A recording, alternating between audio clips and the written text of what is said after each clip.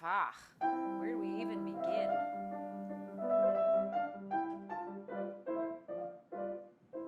Hello and welcome back to Meet Mozart. I'm Angie, that's Mozart, and today we're going to be digging into one of the twistiest, turniest, vaguest, confusingest ideas in all of opera, which is the vocal Fach.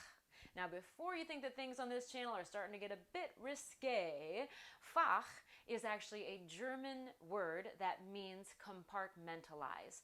So we are categorizing or compartmentalizing different types of operatic voices. And it's a very important thing, and the reason that we use the German word for it is because it has to do with how the German opera companies hire their singers. But more on that later. So if you are ever in choir or musical theater, you're probably aware that generally voice types are broken up into 4 different categories. We have sopranos, altos, tenors, and basses. And once in a while, a composer gets a little creative and he decides to split those parts up into 2 parts so that we have the soprano one being the highest and the bass 2 being the lowest. And that's usually determined by a singer's comfortable range. And range is certainly a factor in determining one's voice Fach. However, because there are lots of other factors, we have approximately 25 different Fachs, or Fächer to be grammatically correct in German. Now, it would be really fun to do a video where we go through all of those categories with examples and hearing different people sing. But for today, we're just going to do kind of an overview. We're going to take a look at the factors that we look at in order to determine one's voice Fach. And then we're going to talk a little bit about how that affects their career, why it's really important for a singer's vocal health. And we're going to hear myself and a full lyric soprano, Regan Bish, sing the same song, so you get kind of a comparative study. So let's hop in. So of course the very first factor is going to be that range, and we're going to use that to determine if a singer is a soprano, a mezzo-soprano, a contralto, a countertenor, a tenor, a baritone, or a bass. But even within those categories, there are range distinctions that are made. So for example, a lyric coloratura soprano is going to have a higher range than a dramatic soprano, even though they're both sopranos. But in addition to figuring out where the voice comfortably sits, we're also going to look at where the voice blossoms within the range. So where does it pick up the most color and have the most volume? Which brings us to our next factor, which is indeed volume. So we actually refer to this one as weight instead of volume, because even a heavy voice can be very, very soft, and it's actually really gorgeous whenever it is. So with weight, what we're actually talking about is how big of an orchestra can the voice be heard over. So if you're looking at an opera from the 1600s, usually the orchestras were fairly small and the instruments weren't too loud. So that's why you might hear a light voice sing a lot of that early music. Now, if you fast forward in time to the 1800s and someone like Wagner, who literally started inventing his own instruments because the orchestra wasn't big enough, then you have to have a heavier voice in order to carry over all of that sound. Now, I will say that there is a differentiation to be made between the weight of the voice and how well it projects. So even a light voice can project very well to the back of the house and vice versa. In fact, there's a really great story that I heard from a gentleman who used to work at the Met in the 60s and 70s. And the story is about a Wagnerian soprano, I believe it was Birgit Nilsson. And she had an offstage entrance. And this gentleman walked her to her place backstage. "Miss Nilsson, are you ready for your entrance?" "Yes."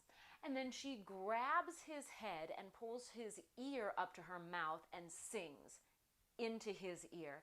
He was terrified. He thought, "Oh my goodness, I'm going to go deaf. This is one of the loudest voices in recorded history singing directly into my ear."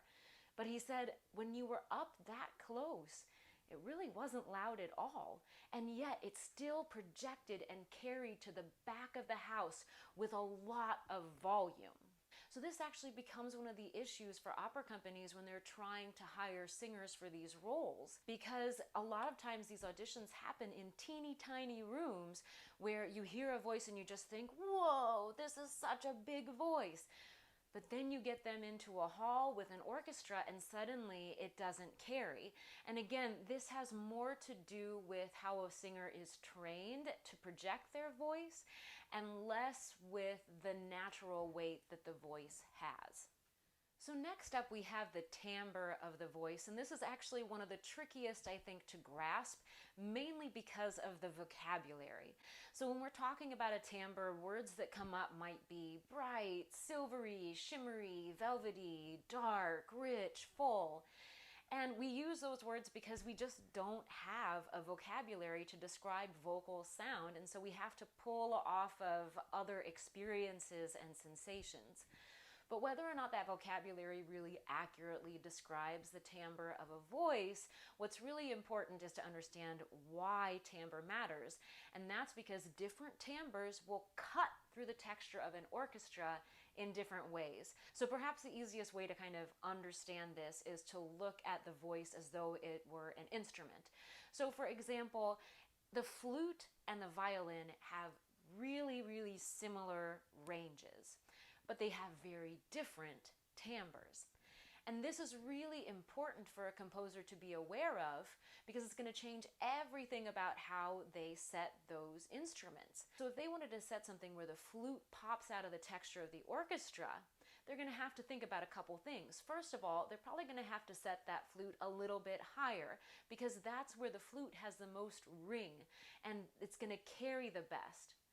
If they wanted to set that same part in the violin, because the violin has a fuller texture in the lower and middle parts, they might be able to set that same line a little bit lower and it's still going to cut through the orchestra. It's also going to affect what they write for the rest of the orchestra. So it's really important to understand how these different timbres are going to cut. So now that we have a better idea of the factors that go into determining voice Fach, we're going to have a little listen to myself, a lyric coloratura soprano, and a dear friend of mine, Regan Bish, who is a full lyric soprano, sing the same piece with pianist Jason Wirth. After that, we're going to talk about why determining one's voice Fach is so important for their vocal health, so be sure to stick around for that.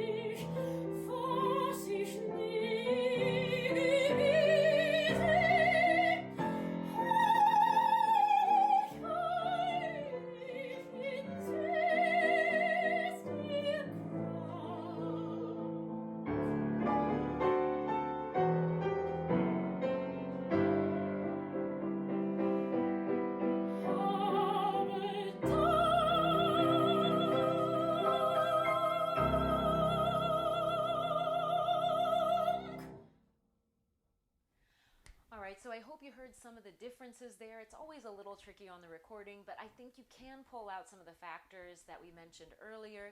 So in terms of range, Reagan and I have a very similar vocal range, but my voice tends to want to blossom as it gets higher, so I sing a little bit higher repertoire than she does. Then when it comes to volume, Reagan's voice has more weight to it. It's going to carry over a larger orchestra. And in terms of timbre, mine is more silvery and Reagan's is fuller and has more depth.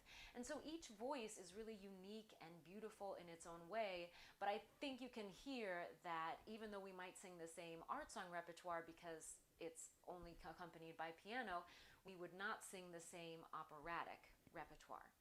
Now, figuring this out is really important for the longevity of a singer's career because we don't use microphones. So it's really important to understand how your voice carries over that orchestra. And if you don't figure it out correctly, it can kind of be the equivalent to wearing a really uncomfortable pair of shoes for way too long. And if you end up wearing those shoes day after day after day after day, we all know what that can lead to, and it is a lot of discomfort. This is also where working with one's voice teacher matters so much, because there are a lot of teachers out there who hear this potential in the voice, they want to help you reach it, and maybe it is exactly what your voice needed and it feels great and they get you on the right track, but maybe they don't, and you end up wearing shoes that don't fit for too long. Now, the reason we use the German word Fach is because the German opera houses hire singers generally on a fest contract basis. So instead of hiring one singer to sing one role, the opera house will lay out their entire season for the year, and then they will hire one singer to sing all of the roles within a certain Fach. So in one season, a singer could be singing Strauss, Massenet, Handel, Mozart, and some of those things are going to feel really, really great. They're going to fit just right, and others of them are going to be a little bit more of a stretch and maybe a little less comfortable.